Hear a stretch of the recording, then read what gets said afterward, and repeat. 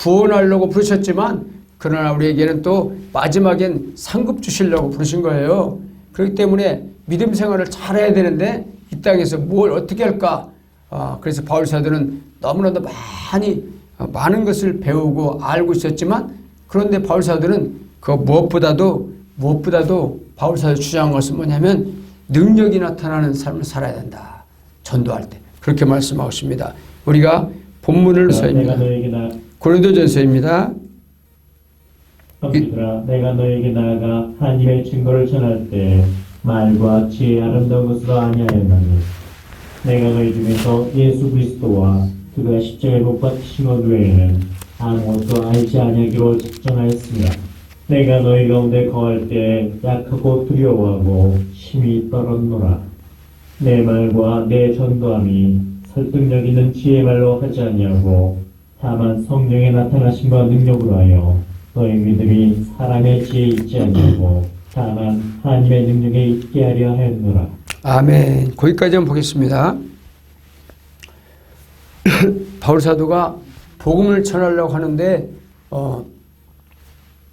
설득력 있는 지혜로 하지 아니하고 또 아름다운 말과 지혜로 하지 아니했다. 1절에 보니까 이렇게 말씀하고 있어요.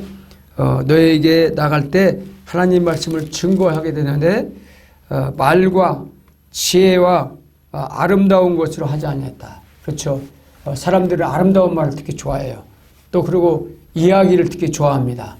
그런데 그 이야기보다도 더 중요한 것은 뭐냐면 2절에 보니까 뭐라고 말했죠? 2절 읽어보겠습니다. 내가 너희 중에서 예수 그리스도와 그가 십자가에 못 박힌 것 외에는 아무것도 알지 않기를 작정했다. 바울 사도는 많이 배운 사람이에요. 그래서 율법의 최고 학자 가말리엘에서 공부를 했고 그 명예로도 또 로마의 시민권을 가진 사람이었어요. 그래서 바울 사도에는 부족한 것이 없었는데 많이 알고 있었지만 또 지식도 많이 있었지만 그런 것보다 더 중요한 것은 뭐냐면 십자가를 자랑하기로 했다는 십자가. 그런 찬양도 있죠. 나는 지극히 작은 자 십자가를 전달자로 삼겠다. 바울 사도가 언제부터 그렇게 변화됐냐면 바울 사도는 하나님을 알기 전에는 바리새인으로서 예수 믿는 사람들을 잡아 가두고 죽이고 하는 일을 전적으로 했던 사람이에요. 그게 하나님을 잘 믿는 거라고 생각했던 거예요. 바울 사도는 잘 모르니까. 근데 하나님을 만났어요. 예수님을 만났는데 담에색 석상에서 예수님 만나죠. 그래서 예수 믿는 사람을 잡아서 가두려고 막 뛰어가고 있는데 거기서 예수님의 큰 강력한 빛을 보고 쓰러졌어요. 예수님 만나고 보니까 예수님이 바로 내가 핍박하는 그 주님이었다. 그걸 알게 된 거예요. 그래서 쓰러져 가지고 눈이 안 보여 가지고 그때 음성이 들렸어요. 그래서 사울아 사울아 불렀는데 그때 사울이 주여 누시니까 그러니까 나는 네가 핍박하는 예수라. 예수님의 음성이 들린 거예요. 그래서 그때 예수님을 만나고 나서 예수님 바로 하나님의 아들이었구나 하는 걸 깨닫게 된 거예요. 그래서 중요한 것은 뭐냐면 그분이 나를 위해 십자가에서 피 흘리고 죽으셨다는 그때 깨달은 거예요. 바울 사도는 바리새인으로서 율법적인 공부를 많이 했지만 많이 공부하는 것은 안 되고 하나님이 깨닫게 해주니까 눈이 열리기 시작했다는 거예요. 그래서 바울 사도가 증거한 건 뭐냐면 내가 전도할 때 말과 어떤 설득력 이걸로 하지 않았다. 그래서 많은 사람들이 지금 아름다운 설교를 듣기를 원하고 그리고 설득력 있는 그런 설교를 하길 원합니다. 그런데 그것들이 능력이 없다면 아무런 소용이 없다는 거예요. 왜냐하면 그 영혼을 구원할 수 없기 때문에. 그래서 바울 사도가 뭘 깨달았냐? 4절에 보니까 4절 읽어보겠습니다. 내 말과 시작 읽어볼게요. 내 말과 내 전도함이 설득력 있는 지혜의 말로 하지 아니하고 다만 성령이 나타남과 능력으로 하여 성령이 나타남과 능력으로 해야 된다는 거예요. 설득력, 지혜로운 말 많잖아요. 그런데 지혜로 하지 않았다는 거예요. 설득력 있는 말로 하지 않고 지혜를 쓰지 않았다는 거예요. 그러니까 사람을 말씀으로 이해시키려고 하지 않고 바로 성령의 능력이 나타나기를 위해서 간절히 기도했다는 거예요. 그래서 5절에 보겠습니다. 너희 믿음이 사람의 지혜에 있지 않고 다만 하나님의 능력에 있게 하려니라. 하나님의 능력이 나타나야 되는데 하나님의 능력이 나타나려면 어떻게 되냐면 보니까 알아야 되는데 성령이 임재해야 된다는 거예요. 성령이 임재. 성령의 임재가 있어야 되고요. 성령이 우리한테 성령이 올 때 그런 능력이 나타나고 깨닫게 되는데 우리는 그래서 더 성령의 충만함 받기 위해서 기도해야 됩니다. 믿으십니까? 10절에 보겠습니다. 10절에 보면 어떤 말씀이 나와 있을까요? 오직 그죠? 우리가 이것을 말하거니와 그죠? 사람의 지혜에 가르친 말로 아니하고 오직 성령께서 가르친 말로 하니 가르친 것으로 하니 영적인 일은 영적인 것으로 분별하느니라. 한번 읽어보겠습니다. 사랑하는 자들 외에 예배하신 모든 것은 눈으로 보지 못하고 귀로 듣지 못하고 사람의 마음으로 생각하지도 못하였다 한과 같으니라. 여기 10절이 나오죠. 오직 하나님이 성령으로 이것을 우리에게 보이셨으니 성령은 모든 것 곧 하나님의 깊은 것까지도 통달하시느니라. 그렇습니다. 성령은 하나님의 깊은 것까지 통달하시는데 성령이 오시면은 예수님에 대해서 자세히 알게 된다는 거예요. 예수님이 왜 이 땅에 오셨는가를 알게 되죠. 예수님이 왜 하나님의 말씀으로 영으로 계셨던 분인데 어떻게 사람의 몸을 입고 인자로 오셨는지 알게 된다는 거예요. 성령이 깨닫게 해주시는 깨닫게 해주셔. 성령이 오셔야 깨닫게 되는 거예요. 그를. 그래서 성령이 가르침 받을 때만 이 말씀이 깨달아지는 거죠. 자 보겠습니다. 13절입니다. 13절을 한번 읽어볼게요. 다시요. 우리가 이것을 말하거니와 사람의 지혜가 가르친 말로 아니하고 오직 성령께서 가르치신 것으로 하니 영적인 일은 영적인 것으로 분별하느니라. 주여. 그래서 영적인 일은 뭘로 분별해요? 영적으로 영으로 분별하는데 성령님께서 가르쳐줄 때만 그걸 깨닫게 된다는 거예요. 성령님께서 가르쳐줄 때 성령의 가르침 받을 때만 놀라운 능력이 나타날 줄 믿습니다.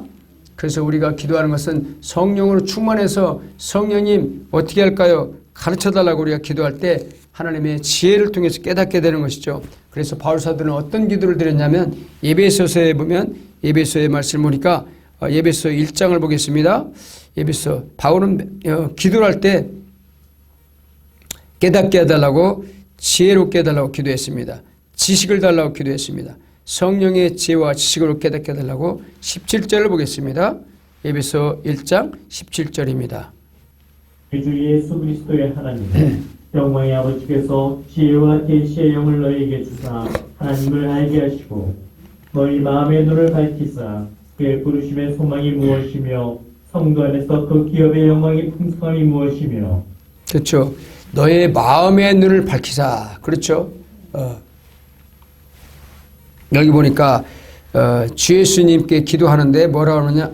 영광의 아버지께서 지혜와 계시의 영을 우리에게 주사 하나님을 알게 하시고 지혜와 계시의 영이 어떤 걸까요? 성령님이세요. 성령님인데 성령이 모시면 하나님을 아버지를 잘 알게 된다는 거예요. 자세히 정확하게 알게 된다는 거예요. 하나님 아버지에 대해서 바로 예수 그리스도에 알게 되는 거죠. 너의 마음의 눈을 밝히사. 마음에도 눈이 있어요. 그죠? 마음에 눈이 있어요. 마음의 눈이 열려야 영적인 눈이 열려야 그분을 볼 수 있고 그리고 성경을 말씀을 열리게 된다는 깨닫게 된다는 거죠.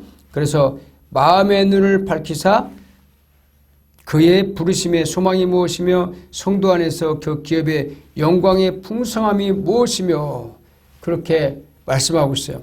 영광이 풍성한 것들이 무엇이며 결국 그것을 깨닫게 되는 거예요. 그래서 바울의 기도를 다 한번 보면 그의 힘의 이력으로 역사하심을 따라 믿는 우리에게 베푸신 능력의 지극히 크심이 어떠한 것을 너희로 알게 하시기를 구하노라. 그 역사하심을 따라 믿는 역사하심을 따라 우리에게 베푸신 능력이 얼마나 지극히 놀랍고 큰 건지를 깨닫게 된다는 것이죠. 그래서 깨닫게 되고 보니까 영적인 눈이 열리고 보니까 하나님의 뜻을 알게 되니까 뭘 깨달았냐면 우리가 영혼을 구원하는 한 영혼을 구원하는 것이 얼마나 귀하다는 것을 바울사도 알게 됐어요. 그래서 말하는 거죠. 그래서 성령으로 아니하고는 할 수 없다. 그 말은 하나님의 나라는 능력으로 해야 된다는 거예요. 그래서 예수님께서도 우리한테 뭘 강조했냐면 성령을 받으라고 강조했어요. 성령을 충만히 받으라. 그래서 사도행전 1장 8절에 보면 우리가 잘 알고 있는 말씀이잖아요. 오직 성령이 너에게 임하시면 권능을 받고 예루살렘과 유다와 사마리아와 땅끝까지 이르러 내 뭐가 돼요? 증인되리라. 성령이 증인되는 거예요. 성령이 증인될수록 우리한테 오시면 증인된 삶을 살 수가 있는 거예요. 왜? 예수님을 만났기 때문에. 그렇죠. 예수님의 제자들도 예수님이 부활하시기 전까지는 예수님이 우리를 위해 죽으시고 부활하시기 전까지 성령을 보내시기 전까지는 그것을 잘 몰랐어요. 그런데 부활하시고 이제는 성령님 오시고 오순절일이 됐을 때 사도행전 2장 오순절 사건이 일어나잖아요. 그래서 제자들이 복음을 믿고 이제는 가서 성령이 충만해 그 복음을 전하는 사람이 됐다는 말이에요. 사도들도.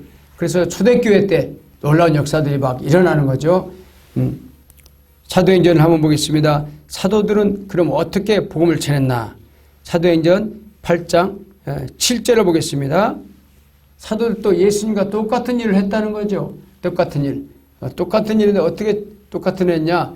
성령이 충만하게 임하니까 박해가 심하고 어렵고 힘들었는데 그때 사도들이 가서 박해를 두려워하지 않고 복음을 전하는 사람들이 됐다는 거죠. 사도행전 8장을 보겠습니다. 사도행전 8장. 사도행전 8장은 빌립 집사가 전도하는 장면이 나옵니다. 그래서 예루살렘 교회에 엄청난 박해가 막 일어났어요. 그래서 도대체 견딜 수가 없어요. 그렇지만 두려워하지 않고 나가서 복음을 전했어요. 빌립 집사는 집사지만 복음 전하는 에반젤리스트, 복음 전하는 사람이었어요.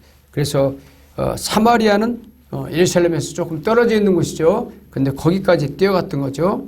한번 보겠습니다. 7절을 보겠습니다. 많은 사람에게 붙었던 더러운 귀신들이 크게 소리를 지르며 나가고. 그렇습니다. 빌립 집사가 가서 복음을 전하니까 많은 사람한테 붙어있던 귀신이 어디 붙어 있었어요? 사람들한테 붙어 있다잖아. 사람들한테. 귀신이 안 보이지만 어디 붙어 있어요? 사람들한테 귀신이 붙어 있어요. 이상하죠? 우리는 귀신이 있는지 알아요? 몰라요? 잘 몰라요. 안 보이니까. 근데 이상한 것이 나와요. 귀신이 붙으면 잠을 못 자고 또 우울증 걸리고 공황장애에 빠지고 이런 것들이 정신적인 것을 일으켜요. 그러다가 결국 신경쇠약으로 가고 질병이 오게 됩니다. 염증을 일으키고 귀신들이 하는 일이죠. 그래서 귀신이 떠나가죠. 처음에 귀신이 큰 소리를 지르면서 그 소리 지르고 떠나가요. 떠나가고 나니까 어떻게 돼요? 또 많은 중풍병자 낫게 된다느냐. 중풍병. 그렇죠. 또 많은 중풍병자가 못 걷는 사람 쩔룩거리고 걷지도 못하라 안진병이도 고쳐졌어요. 할렐루야. 그러니까 그렇게 되니까 어떻게 큰 성에 큰 기쁨이 있더라 말씀하죠. 또 많은 중풍병자와 못 걷는 사람이 나으니 그 성에 큰 기쁨이 있더라. 그렇죠. 중풍병자와 또 많은 못 걷는 사람 안진병이 쩔뚝발이가 막 낫고 하니까 얼마나 기쁘겠어요. 놀라운 일이죠. 놀라운 일이에요. 그래서 그런 큰 일들이 나타날 때 성에 큰 기쁨이 있더라. 그런 거예요. 그런데 옛날에나 그렇지 요즘에는 그런 일이 일어나.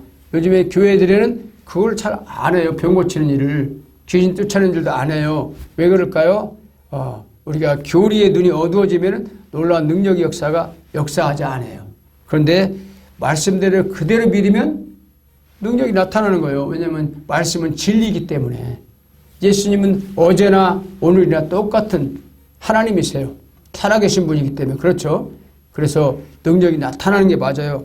그래서 그 사람들이 능력이 나타나는 걸 보고 다 기뻐하고 병자가 고쳐진 걸 보고 너무너무 기뻐했어요. 그래서 이 바울의 빌립의 말을 듣고 한번 보겠습니다. 12절을 읽어볼게요. 12절 11절부터 한번 보겠습니다. 자 12절 읽어볼게요. 빌립이 하나님 나라와 및 예수 그리스도의 이름에 관하여 전도함을 그들이 믿고 남녀가 다 세례를 받으니. 그렇죠. 빌립이 전하는 소리를 듣고 예수 그리스도와 하나님 나라에 관해서 막 전도할 때 그들이 믿고 남녀가 다 세례를 받았다는 거예요. 침례를 받은 거죠. 어떻게 해서 그럴까요? 그들의 마음이 열렸다는 거예요. 마음이 열려버려요. 왜 그럴까요? 예수님이 시키는 대로 하니까. 예수의 말씀대로 하니까 그때 귀신을 쫓아내고 병을 고치고 그런 일이 나타나니까 그들이 마음이 열려가지고 복음을 전하니까 듣잖아요. 하나님 나라가 있다. 또 예수 그리스도는 우리를 위해서 구원자다 하고 전하니까 그들이 다 침례를 받게 됐다는 거예요. 그런데도 불구하고 14절에 보니까 침례를 받았는데 이 사람들이 뭘 받았냐? 말씀을 받았다는 말이에요. 이 사람들은 아직까지도 성령을 받은 게 아니고 말씀을 받았다. 그렇게 말씀하고 있어요. 여기 14절을 보겠습니다. 14절 한번 읽어보겠습니다. 예루살렘에 시작.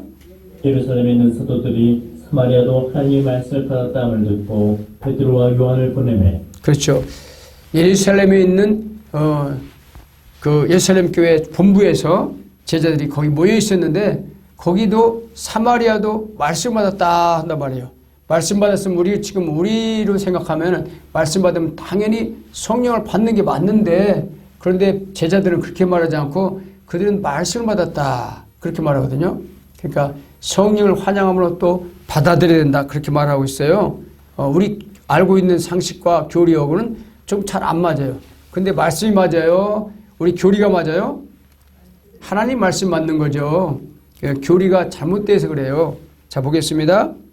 그들이 내려가서 그들을 위하여 성령 받기를 기도하니 이는 아직 한 사람에게도 성령 내리신 일이 없고 오직 주 예수의 이름으로 세례만 받을 뿐이더라. 근데 그 사람들한테는 말씀을 받았다 그렇게 말하면서 이 사도 베드로가 거기 제자 대장이잖아요. 수제자.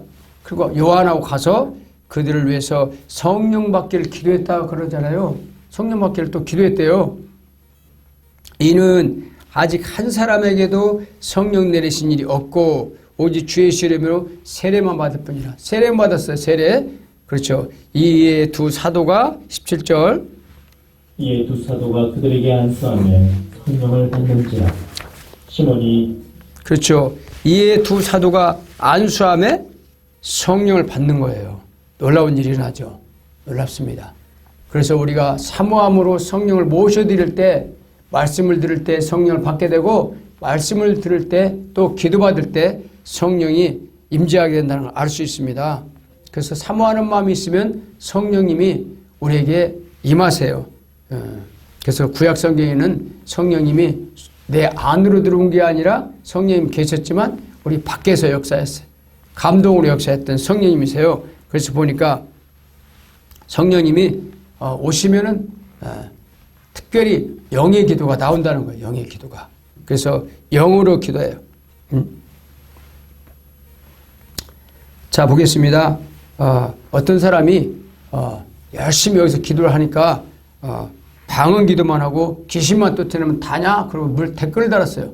댓글을 다는 사람이 있습니다. 가끔 방해하는 말, 자기가 안 맞다고 이상하다고 방언만 말하면 다냐고 그렇게 말하는 사람도 있습니다. 그런데 그것은 한 가지만 알기 때문에 그래요. 예수님 뭐라고 말하냐면 마태복음에 보니까 마태복음 12장 28절을 보겠습니다. 그러나 읽어볼게요.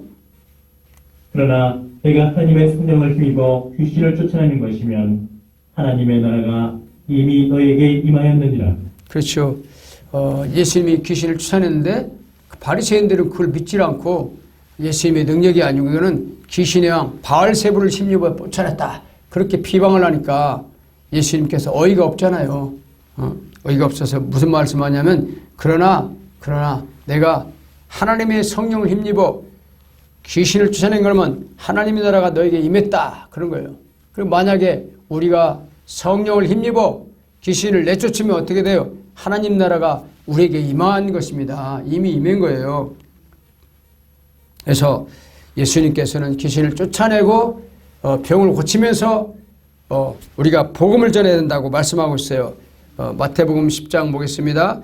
예수님은 제자를 몇 명 삼으셨어요? 12명. 12명 뽑았어요. 마태복음 10장 1절에 보니까 예수님이 말씀이 나오죠. 예수께서 자 마태복음 10장 1절을 보겠습니다. 예수께서 그 12제자를 부르사 예수께서 그의 12제자를 부르사 더러운 귀신을 쫓아내며 모든 병과 모든 약한 것을 고치는 권능을 주시니라. 제자를 부를 때는 뭘 권능을 줬어요? 귀신 쫓아내라고. 그리고 모든 병을 고치라고 예수님이 권능을 주셨다는 거예요. 권능을 주시니까 귀신이 도망갔어요. 제자들이 가서 복음을 전할 때 그랬단 말이죠. 그런데 지금 귀신 쫓아내는 게 잘못된 게 아니죠. 쫓아내야 복음을 전할 수 있는 거예요. 그렇죠? 제가 나가서 복음을 전하는데 어떤 사람이 자기는 불교라고 말하더라고요. 불교래. 그래서 그 아주머니께 불교에는 신이 없습니다. 극락이 없어요.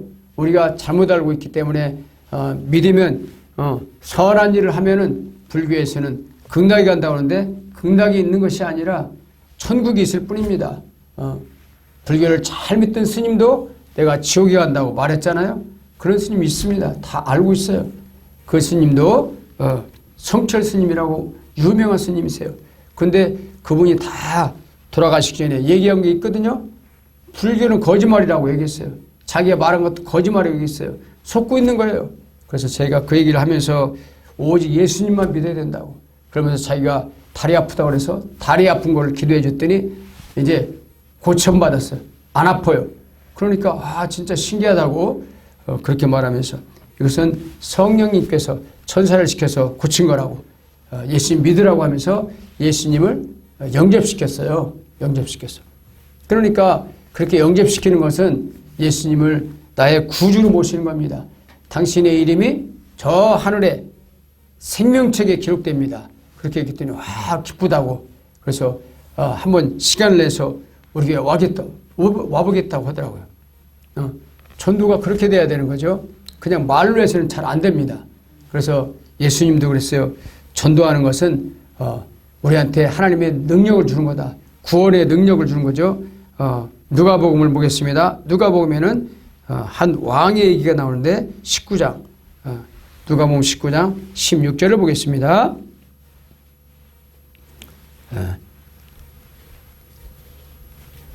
이 누가복음 19장에는 예수님께서 왕으로 있으면서 이제는 저기 왕이 받아가지고 하늘나라를 가면서 능력을 주셨다는 거예요. 뭘 줬냐면 사업할 수 있는 그러니까 뭐라고 말해 이거 할 때 사업할 때 자본금 준 거예요. 자본금 16절 읽어볼게요. 그 첫째가 나와 이르되 주인이여 당신의 한 문화로 10문화를 남겼나이다. 주인이 이르되 잘하였다 착한 종이여 네가 지극히 작은 것에 충성하였으니 10골 권세를 찾아라고. 그렇죠.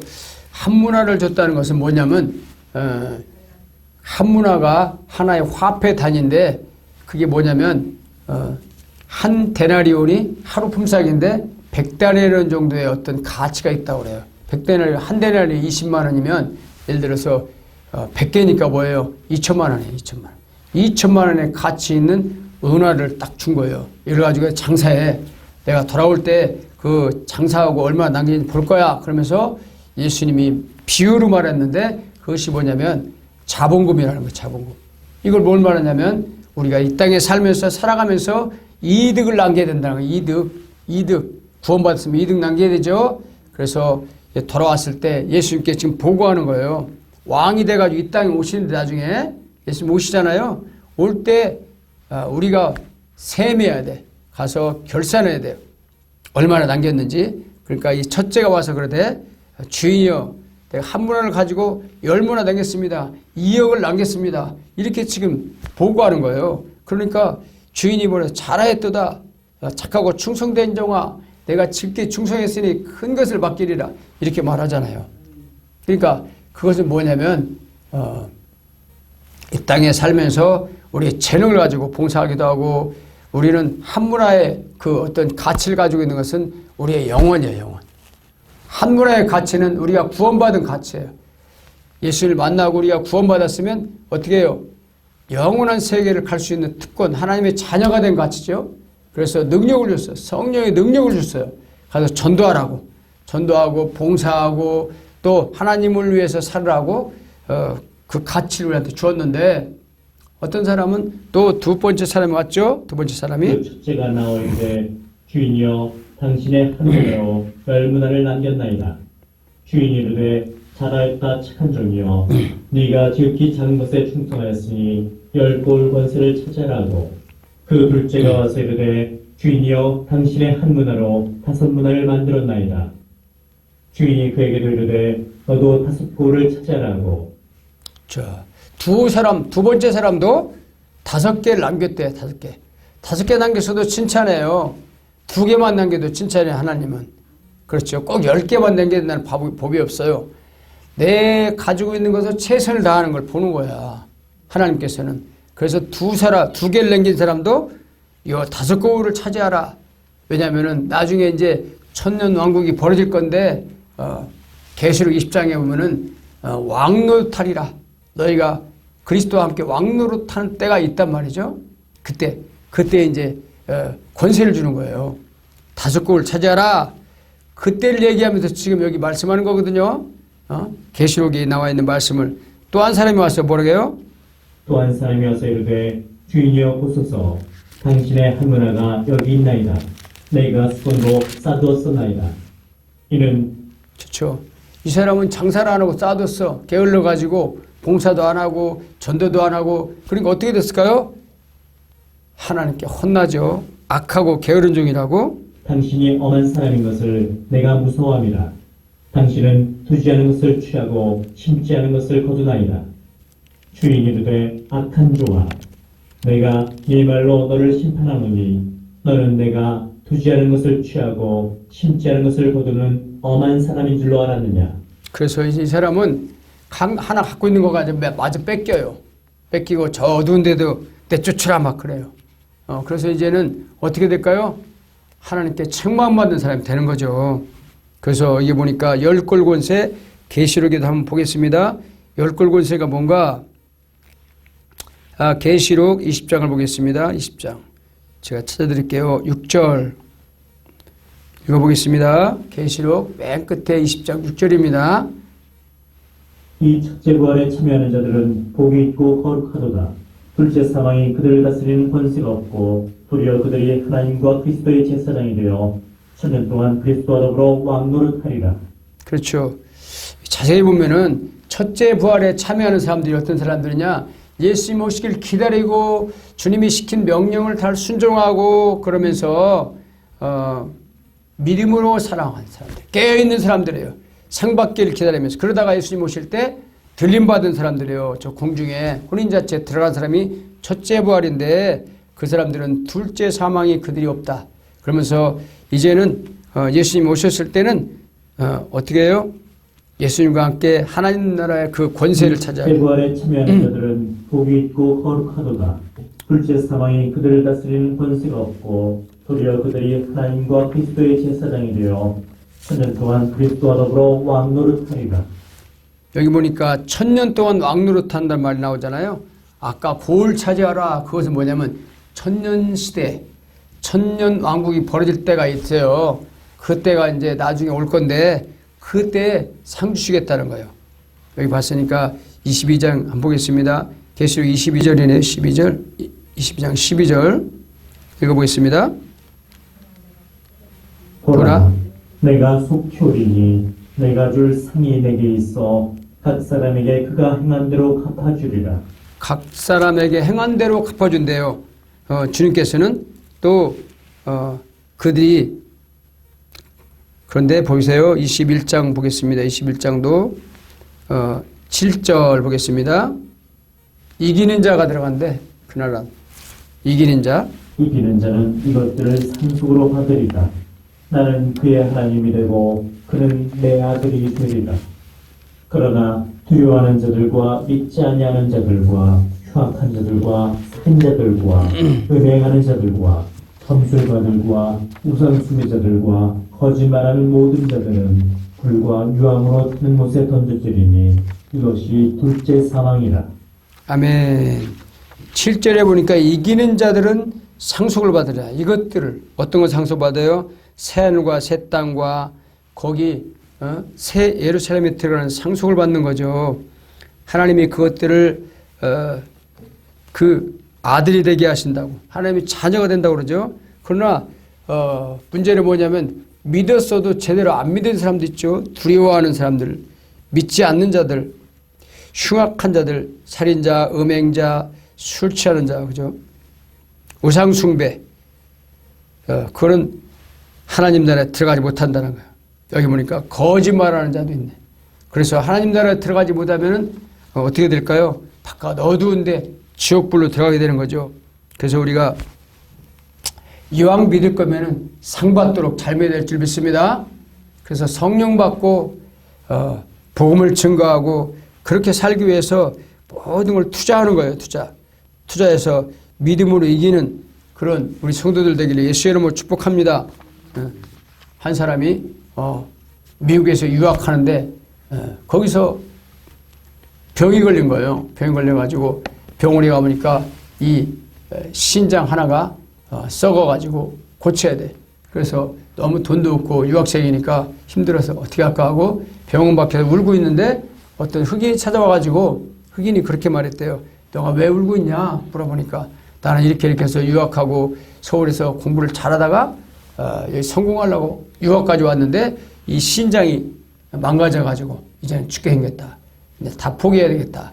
그러니까 이 흑인이 뭐라고 말하냐면 내가 너를 위해서 검사해봐서 만약에 맞으면 내가 그걸 띄워주겠다. 그렇게 말했어요. 근데 검사해 보니까 이상하게 그게 딱 맞았어요.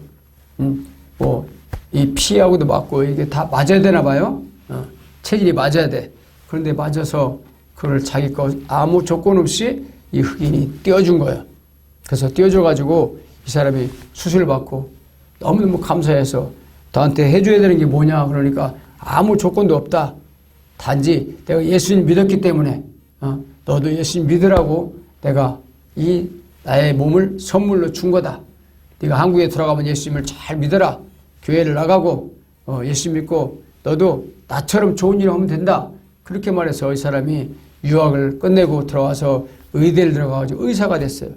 의사가 돼서 이제 병원에 제일 좋은 병원이죠. 서울대학병원에 거기서 의사가 돼서 이제 사람들을 고치는데 하루는 어떤 환자가 찾아왔어.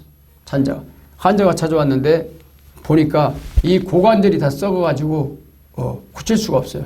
다 갈아내야 돼. 엄청 대수술해야 돼요. 그래서 이 사람이 수술비가 있냐고 그러니까 자기는 아무것도 없는 사람이다. 시골에서 목회하는 목회자인데 목사인데 아무것도 없으면 이제 뭐 그냥 돌아가야 된다고. 그래서 그때 이 말이 생각난 거예요. 의사가 생각난 거죠. 자기가 옛날에 받았던 은혜가 생각나서 그러면 내가 당신을 하나 못 고치겠냐. 나도 이런 은혜를 받은 사람인데 당신을 고치도록 내가 해주겠다. 그래서 입원시켜가지고 전 의사들한테 다 이걸 알려가지고 다 후원을 받아서 이거를 이 고관절을 새 것으로 바꿔주는 그런 수술을 했다. 그런 얘기예요. 그러니까 어떻게 해요? 그 시골에 있는 목회자가 다시 고침받고 영혼들을 위해서 사역하는 사람이 됐단 말이에요. 놀라운 일이죠. 그런 놀라운 얘기가 뭐냐면 예수 믿는 사람들한테 일어난다는 거예요. 뭔가 의미 있는 삶을 살아야 돼. 그죠? 그렇죠. 하나님께서 예배를 드리고 이렇게 우리가 말씀을 듣고 하는 것은 영혼들을 전도하기 위해서 우리가 더 기도해야 됩니다. 능력을 받아야 됩니다. 성령이 충만해져서 어떤 사람이 아픈 병이 왔으면 손대서 기도해주고 그럴 때 놀라운 능력이 나타나요. 왜냐하면 하나님이 함께 하시니까. 믿습니까? 우리도 다 그런 능력이 있기를 예수의 이름으로 축복합니다. 할렐루야. 우리 찬양하고 우리 기도하도록 하겠습니다. 우리가 교회입니다. 찬양하고 잠깐 기도하겠습니다.